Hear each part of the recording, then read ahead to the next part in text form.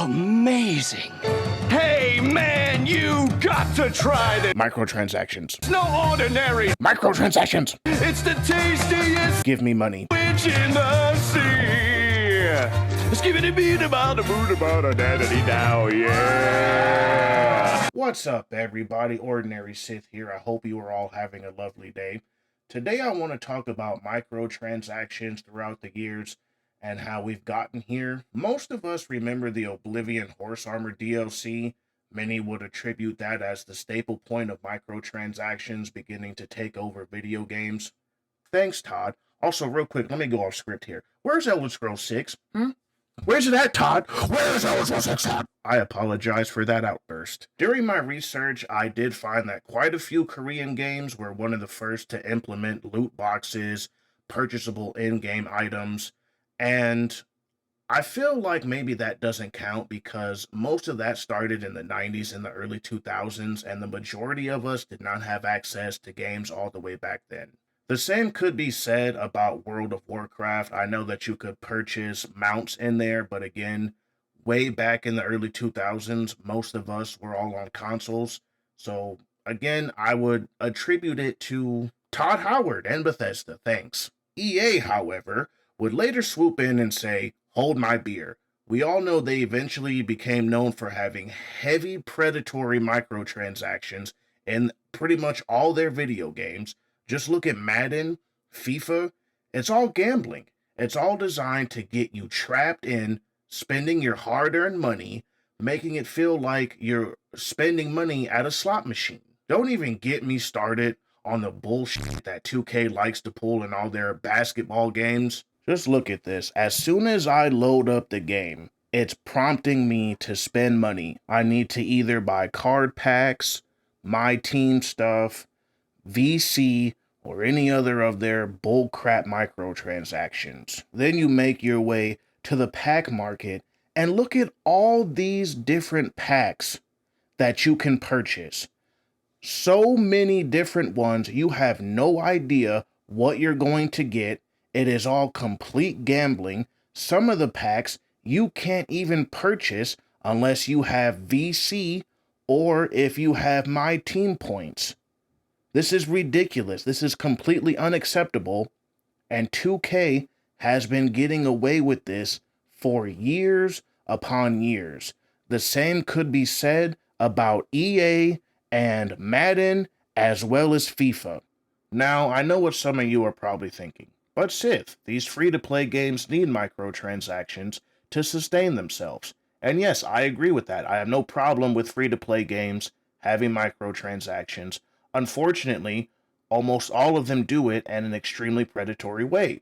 Let's say I spend $30 to buy a character skin and a weapon skin, or a weapon pack, whatever games are calling it nowadays. I would be left with a few hundred gems, or again, whatever that game's currency is. And conveniently, I would be, I don't know, let's say like 200 gems shy of the next item that I need to get. The cheapest pack is $5, and after taxes, it's probably, I don't know, like $6 or $7. So, might as well buy the $10 pack. Do you see where I'm going with this? They are so designed to keep you in a loop of spending money. You will never have enough to purchase more items. It's always spend, spend, spend, spend, spend. That is what they want from you. I understand that at the end of the day, it's ultimately the person's choice if they want to spend money. And I have nothing against people spending money on their hobbies. We've all done it. What my problem is when things are intentionally designed to get you into that loop of, I'm never going to get ahead. What happens if I miss a week of playing? Looking at you, Destiny 2. I'm never going to have good endgame items or anything else under the sun. And now, many single-player games are adopting those time-saver mentalities, looking at you, Assassin's Creed. I feel like games are adopting this mentality because they know the majority of gamers have real-life responsibilities, jobs, kids, etc., all of the above, you name it. They offer all these time savers. I feel like games, at least more of the big AAA games, are starting to be designed with that core mentality in mind. They are filled with so much slop that you either grind away for hours upon hours or you open up your wallet. And this is a real life. I'm serious. I need you all to listen to me. I'm going off script real quick. This is real life conversations that they have amongst each other. When I say they, I mean CEOs, shareholders, whatever. They say, "Oh, what's that? The player base, they have children and responsibilities? I don't give a shit about that. Fuck them kids. Give me the money." Some games I think that did microtransactions right are Overwatch when it first came out. Now it is a complete shit show. And Apex Legends, again, when it first came out, another shit show now. And surprisingly, Marvel Rivals seems to be taking a good approach about this, not locking any characters behind a paywall. However, some, not all, some of their skins are a little bit overpriced. I'm hoping they don't continue to push and push and push to see what they can get away with, but only time will tell. Overwatch made it so that you can earn coins in a pretty fair way during your playtime. Towards the end of Overwatch 1, I hate calling it Overwatch 1 because Overwatch 2 is literally just Overwatch 1 with the 2 slapped on it. But anyways, towards the end of Overwatch 1, they gave you an incentive to play either a tank or a healer because everybody and their mother wanted to play DPS. And more importantly, the loot boxes felt fair. Sometimes I think games nowadays, if they have it to where you can earn their in-game currency, I swear there's some kind of system in play that shows, okay, this person used real money, so let's give them better rewards. Further, to push people into opening up that wallet.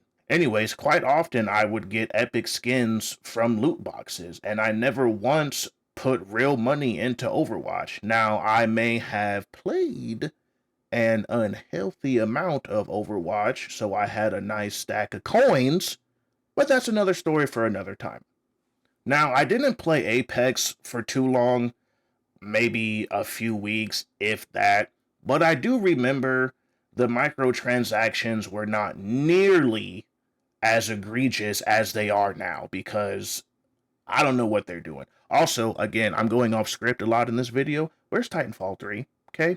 Let Apex go. Let it die. I'm sure you guys got enough money. I want Titanfall 3. As I mentioned earlier, these games are complete shit shows now, especially Overwatch 2. They were locking characters behind paywalls, and I know they don't do it now, but the argument still stands. Blizzard pushed and pushed and pushed until they figured out, well, we got away with what we could. Anyways, Blizzard pushed and pushed and pushed until they figured out, okay, we can get away with all this, but then we got to stop when we put these characters behind paywalls. And again, like I said, now it's not like that, but it should have never been like that in the first place. In this day and age, these gaming publishers do not give a fuck about us. They don't even care about their devs. Look at all the layoffs last year.